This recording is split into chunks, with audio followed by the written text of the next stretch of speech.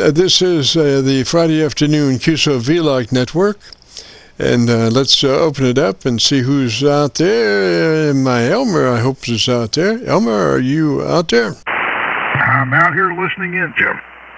Yes, sir. Well, gosh, this is a very eventful Friday afternoon. I'm hoping, anyway. It will be. We were going to talk for a moment about grounding and the importance of grounding. I'll describe my grounding situation here.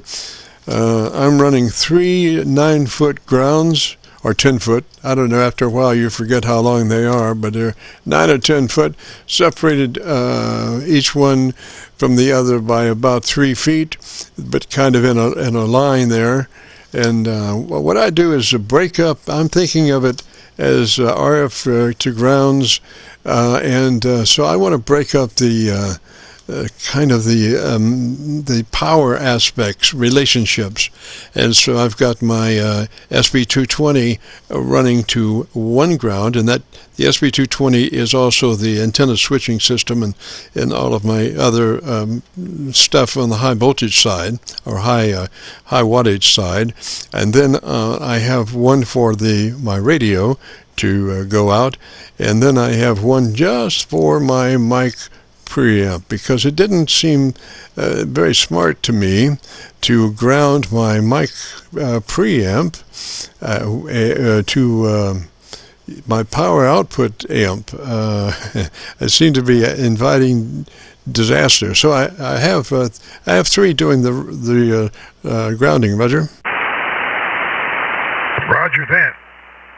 Well, Jim, I have found out that the single point grounding was the best. If you have 5 pieces of gear in line, say you have a radio, you have a watt meter, you have a tuner, you have an amplifier, and so forth and so on. Doing a single point grounding from each one of those units to a bus bar, like a 1/4 inch, 1/2 inch, 3/4 inch conduit, like copper, and then having that going to a ground rod itself, say a number 6 gauge stranded, or whatever you can, I'll tell you what, RG11, RG13, anything. You can take and flatten that out, put a solder on each end of it, and use that as your bus bar going to your, because some of that copper strap costs a lot of money, but you can bus bar that, and it'll do real well. The single point is the way to go. Take it over to one common bus and take it out. Don't daisy chain it to each one of the units. You'll cause yourself more problems than it's worth. And plus, the microphone will bite you in the lips. N9GTO.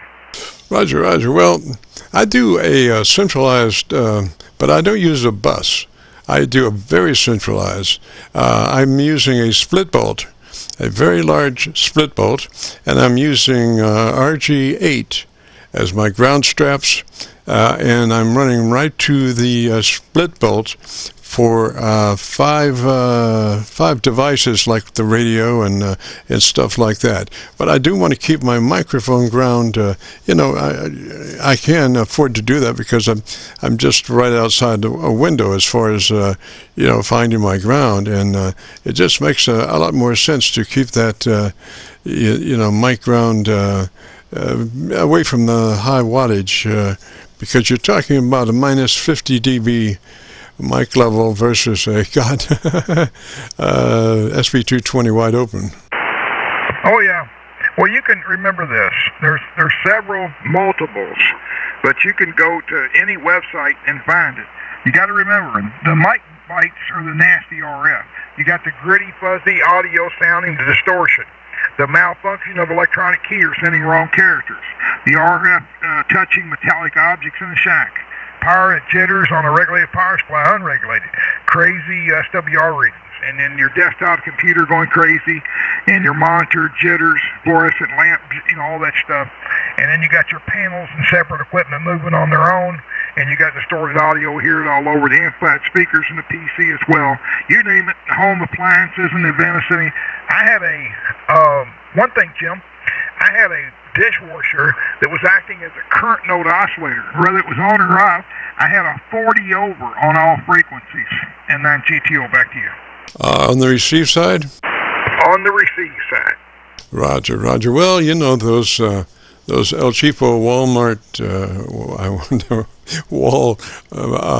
not Mart, excuse that, Walmart power supplies do tend to generate quite a bit of QAM. The transformer ones are a lot better for less birdies. You never want to daisy chain your equipment and then run to a ground bus bar. What you're doing is quite common. You bring everything from all your equipment like a star diamond, what they call a star shape.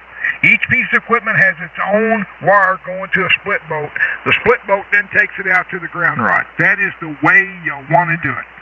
Yes, sir. That's the way we got it. The only difference is that we have a couple of other ground rods that are doing other things other than that. And I do have in that split boat, that main split boat, I do have about 6 or 7 things that are grounded there. That's the beautiful thing about the split boat. It keeps opening up, and you just keep jamming in. I'm using like RG8 jumpers, so you just keep putting those jumpers in the split boat and tying it back up because you got plenty of room to do that. And that does make for an absolute ground.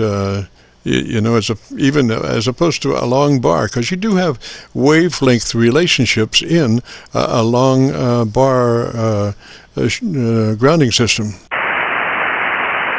Yep, and I'd never have any of the wires identical. Each wire needs to be a 1-inch difference, 2 and 3 inch difference, going from the PC to the transmitter, 100 watt, to the linear amplifier, to the tuner. Just have each one just a little longer, a little shorter. It's going to your split boat or your bus bar, whichever you're using. Roger, and I have that.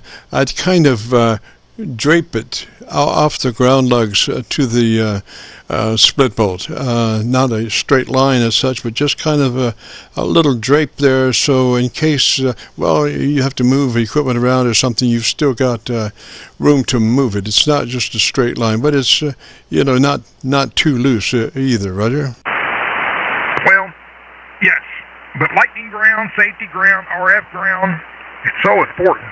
It really is. And they can go to the ARRL website just to get a touch of it. And then, of course, Bill Orr's got a lot of stuff on there as well. But it's very important to have a simple RF grounding, lightning protection as well, to keep those artifacts from coming on and cause you all kinds of problems. A lot of guys have gotten out of ham radio. Some of the young guys had just got out of it because they were beat by the ground deal. But you've got safety ground, lightning ground, RF ground. You've got so many things and articles as well for mobiles. There's just so much information out there to be found out about.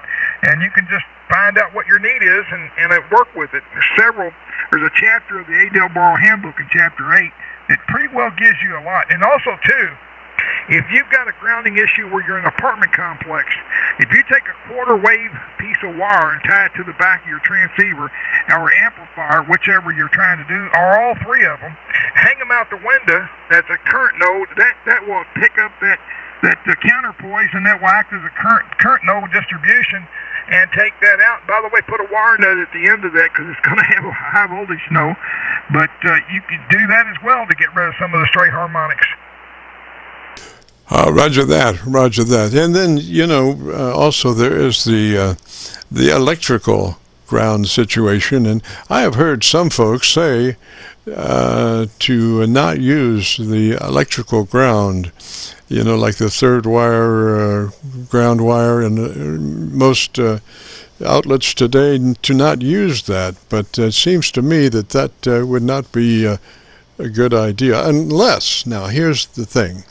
If you wind up after it's all said and done with a ground loop, then you're going to have to think about how in the world are you going to get rid of that ground loop. It's true. Electrical is for the equipment itself, power supplies, amplifiers, whatever. It's for the equipment itself. If it would go to DC to ground or cause lightning issues, it's protection. Second of all, the grounding of the equipment is so important, just like you're doing with a star system. You're bringing each wire out down to the split bolt, and then from there you're going out to the driven ground. It's very important to have them separated. You don't need them. You can't be at two places at the same time. You have electrical ground and you have an RF ground. Roger. And it's been fairly stable well, I haven't been moving around very much. That's the other thing. Once you get a place that it works, let it work. Unfortunately, a lot of folks just jumping bands from here to there and everywhere, and you're very lucky if you're running power and don't have some problems when you start moving from band to band. Roger? Well, each system has its own unique setups. Not all stations are alike. Not all grounds can be done alike. It's very important to do your homework, read up on some information on the internet, get you a book, about, there's one that William Moore makes about RF interference, and it's all about ground. And I mean, it is a really good book. I'll grab that book here in a second and give you the author's name and the book name. I'll double check it. But is there anybody out there who'd like to check out the radio? Please come on and ask for KC9VKV. Please come in.